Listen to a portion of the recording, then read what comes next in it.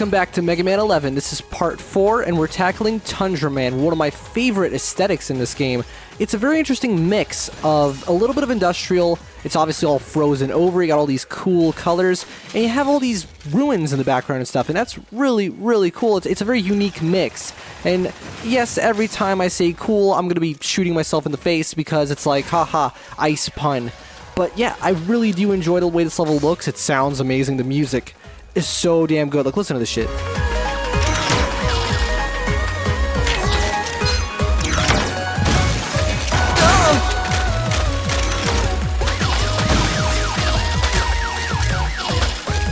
Insane melodic sensibilities. I love this soundtrack, honestly. I could not care for the sound font. And if you really dislike it, well, did you know that there's actually... I'm sure you noticed, it's not obscure information. This game actually has a secondary soundtrack, which I believe was some sort of... was it a pre-ordered thing, or... I don't know. I don't remember which version had it exclusively. The PC version definitely has it. I'm not sure about the Switch version or any other version, but you can just look it up on YouTube and just, you know, play the music in the background or something.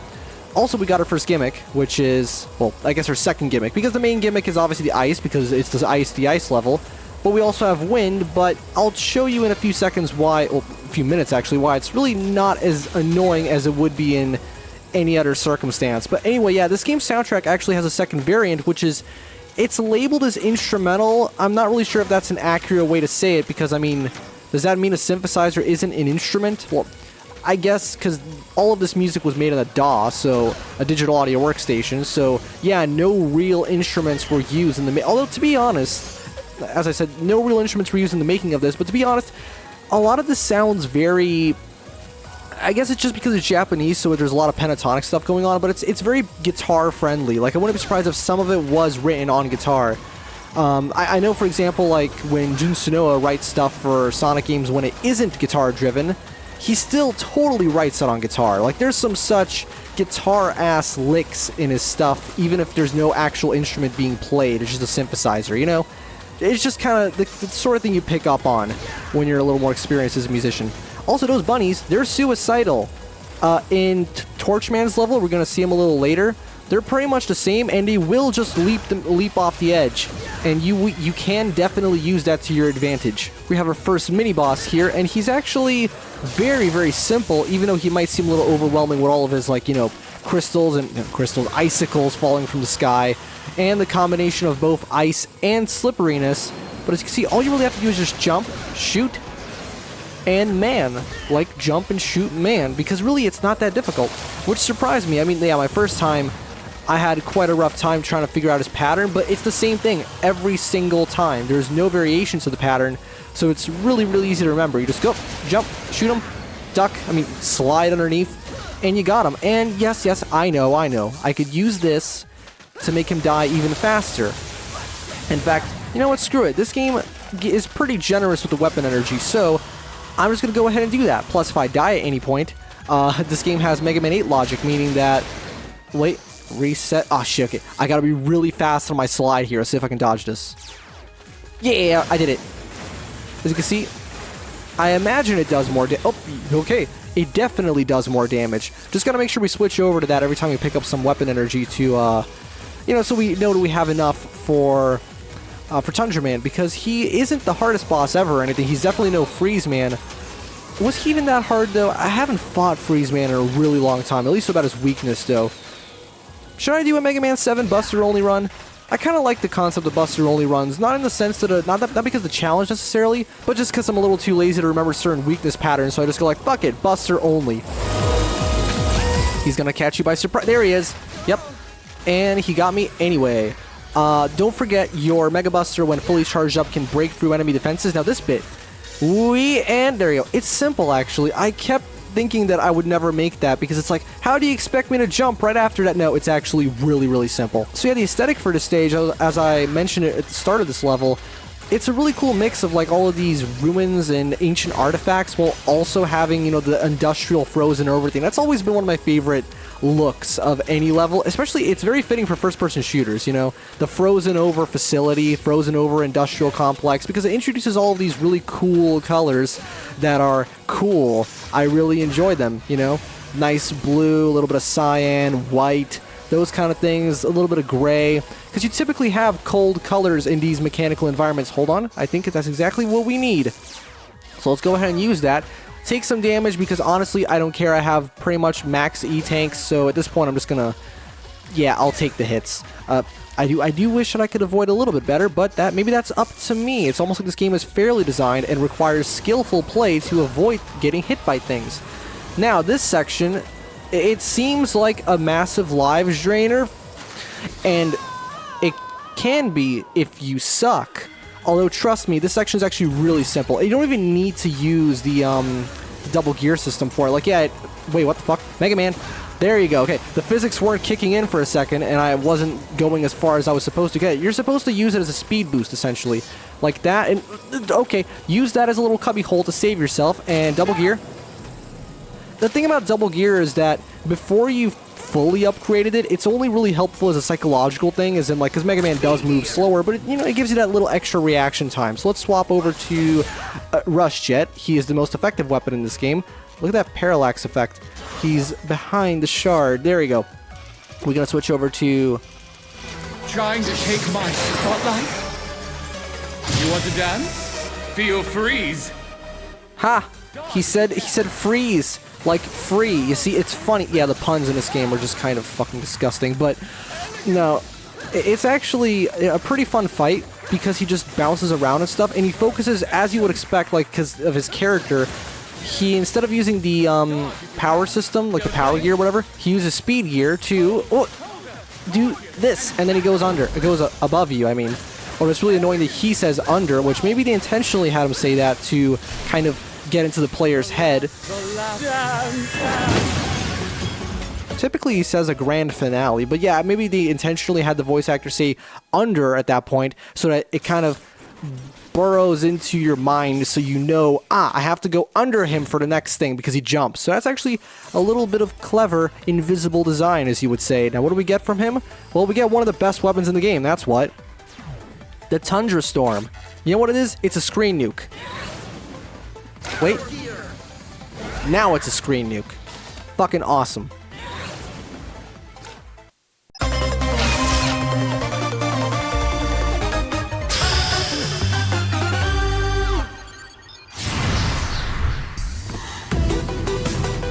Moving on to Torchman stage, we're gonna have quite the obstacle. Hey, look at these little bunnies. It sure would be a tragedy if one of them were to commit suicide, huh? Yeah, exploit that. Use that to your advantage. Now, these dudes right here, be careful with them. Shoot them only once. They make the funniest face in the world. And just use them as platforms. Don't try and actually blow them up. Okay, well, there is gonna be a time later in this level where you will have to blow it up because they get in your way. But they do quite a bit of damage, and you're generally better off using them as platforms. Now, as I was saying before I was sidetracked by the bunnies, yeah, this level has a gimmick. It's one of those crushing wall gimmicks. You've probably played this level. You probably know what I'm talking about already. Here it is. All right? Let's see if we can survive it. Shoot the guy. Go. Run, run, run. Jump, jump, and shoot. Man, shoot. Well, no need for... Actually, yeah, I probably should have shot that guy, but ignore him. Basically here, prioritize movement speed and ignore everything else. Fucking take hits if you have to. There you go. Anything you can to move forward. Abuse invincibility frames. Look, you can just buy energy tanks, so health is not a particularly... I probably shouldn't have done that. Yeah, as I was saying, health isn't super valuable in this game because you can just buy energy tanks, so just use those invincibility frames. Now, in this section, you're probably wondering, what the hell do I do? Well, fortunately, we have Fuse Man's weapon. But there you go, we can figure out where we have to go. Now, there's no bottomless pits here, so it's kind of a waste to just use it here, to be honest. Oh, and there's another owl, so we don't even have to use it anymore. But yeah, that owl illuminates the way. It's like an entire screen's worth of light. So let's actually not take him out. Although I imagine that if I took him out here, it'd be fine because we got these dudes. But once I shot them, then sure, the fire will go out. But yeah, use them as platformers. Get yourself a life. Very useful, even though those also have slightly less value now. Because, again, the shop system is a double-edged sword. On one hand, it's cool that you can do that. Look at that little campfire in the back. That's cute as hell. Also, we have a giant bird. Which, gee, I wonder how we take out this guy. Well, it's actually not a guy because it lays eggs.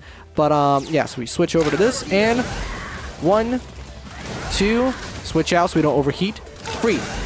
Done. Cold turkey.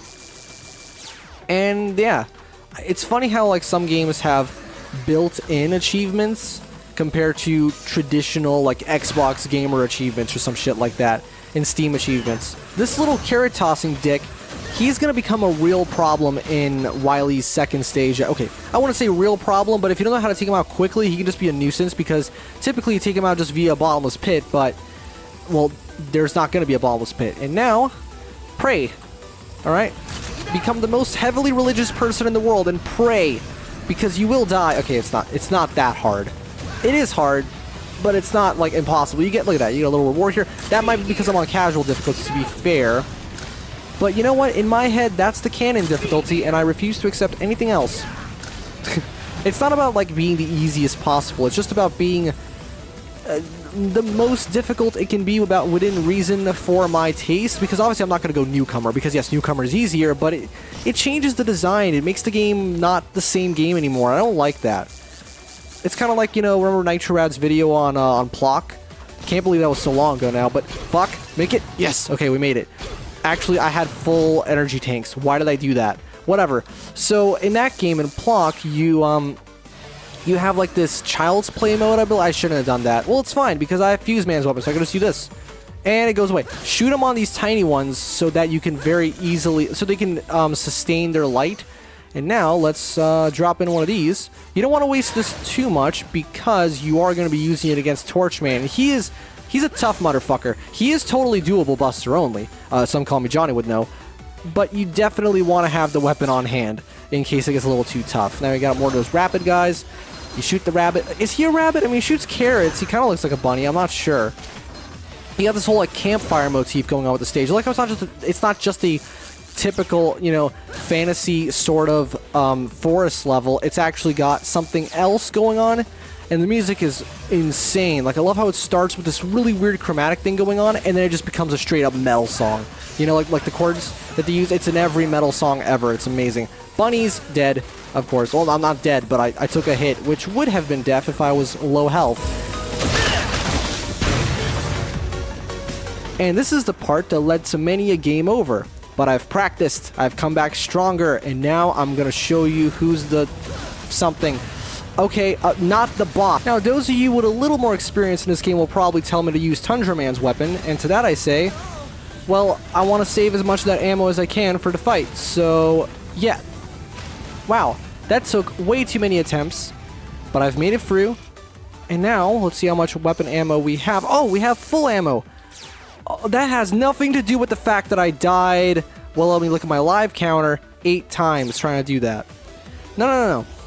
I used Game Shark on a game that doesn't use Game Shark because, you know, was Game Shark ever actually like a thing that works, or was it just one of those like marketing things? I have no idea. Because you know how like sometimes they'll just sell these like cheat dongles for people? That's typically on PC, because the thing about PC games is you can just kind of cheat anyway, because there's all these third-party tools that don't even have to be purchased for the most part.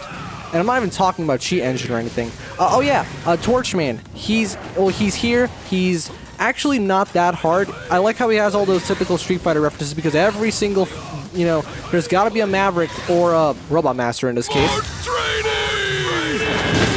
in a Capcom game that references Street Fighter, because Lord knows that's the more successful franchise.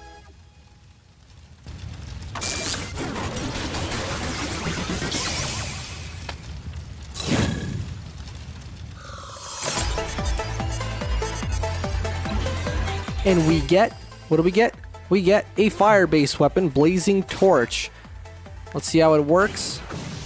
Pretending that I don't know how it works already, but yeah, it's basically, it just shoots a little thing and you arc down. It's really useful for those kind of awkward shots where like you're a little bit too high and you can't quite make it.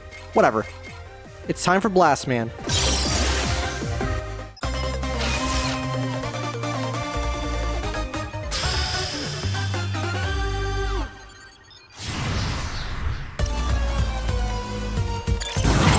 And we've got the final Robot Master, Blast Man. Now this guy has a very nice little bit of visual communication, look at that. Very clever. What the game does is basically saying fire equal boom. So you know what that means? That means if we got our own fire weapon, check this out. there's these little dudes who will drop and they'll explode too. Just ignore them. Look at that. Boom. We can actually manipulate the level ourselves. Now, I'm going to save that for Blast Man himself to make the fight as easy as it could possibly be. But, hey, look at those rockets in the back. You know, you ever start to, like, play a level and just notice all of these little details? Like, you see that rocket in the back? That's going to be one of the bosses. Well, one of the mini-bosses for this stage. Activate this and use the environment against the enemies. Now, that is cool, too. Now, even though I already have max lives because I just bought a bunch in the store, this is how you get this power up. It's pickup. It's really freaking easy. Just do this, and bada boom, you got it.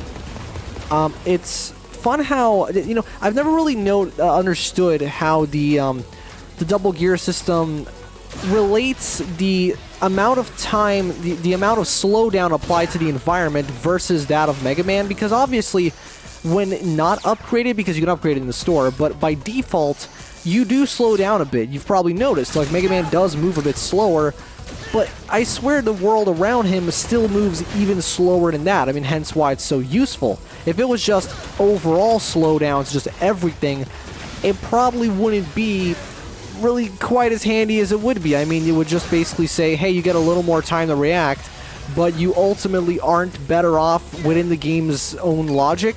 Whereas, I swear, look at it, no, you definitely move faster. Here we have an example of the level design trying to trick you into thinking, because, like, there's this very common trope in a lot of platformers where they will introduce a particular gimmick which you are mostly encouraged to interact with. You'll get rewarded in some way or just be given progress.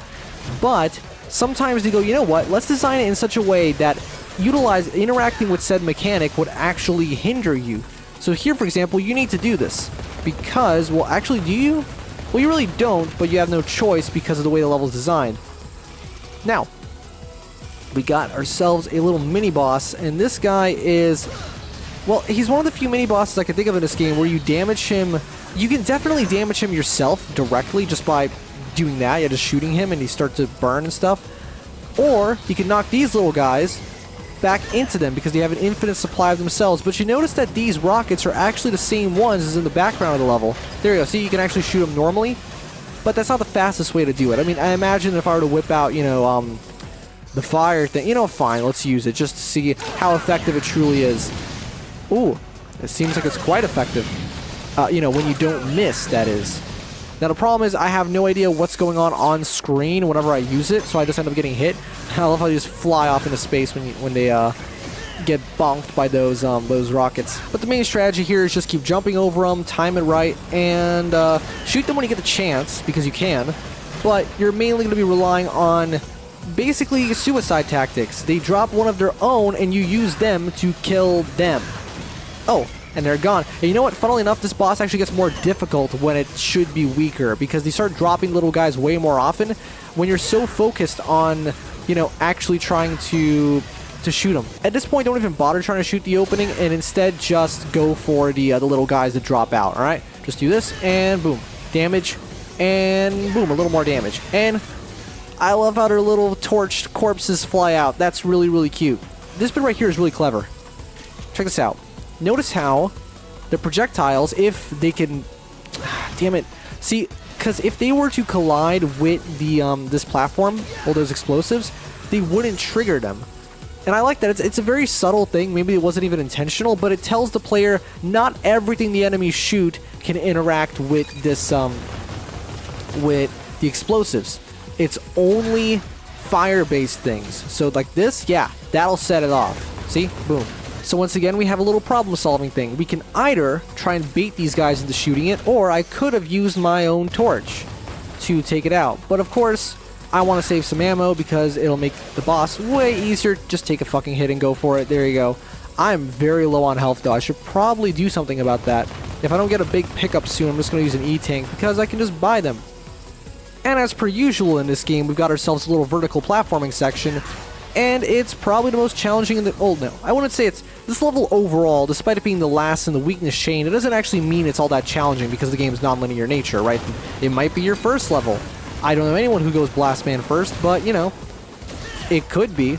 And, that doesn't... So there's no guarantee that it's the hardest, but it is just kind of weird to me because I've always treated these kind of levels as, yes, this is the last one. And This is like the only really tricky section, and I have no idea how you're supposed to get that E-Tank. Honestly, I thought it involved the, it involved Impact Man's weapon in some way, or maybe Rush Jet, but that gap is just too small for you to go through, so it's probably a timing thing. There's a row of explosives that lead up to it, so maybe that's what you have to do. You have to somehow...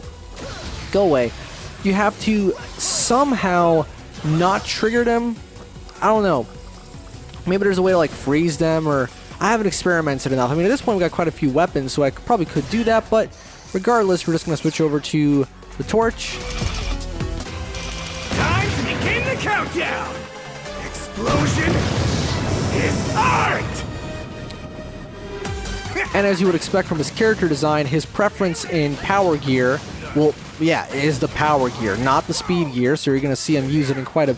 Well, if I let him live long enough, to be fair. They're forced to use it, right? It's scripted. Come on, you know what? Power gear! There you go, yeah, I knew it. I'm still not sure if it's actually scripted or... Okay. Because he pretty much activated without fail. You know, there's ever a time that, like, you're fighting them and they don't use the power gear system. Well, double gear, it depends on which one. Some prefer speed, some prefer power.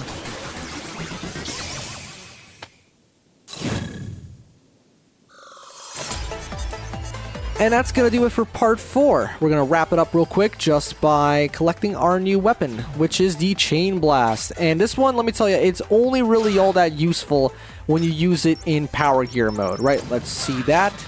No, oh, you can connect them. I did not know that, but yes, this is the best way to do it, and you're going to want to use that against the Yellow Devil, because I'm sure you already figured the Yellow Devil's in this game. But we're going to fight him in part 5 of Mega Man 11. See you then.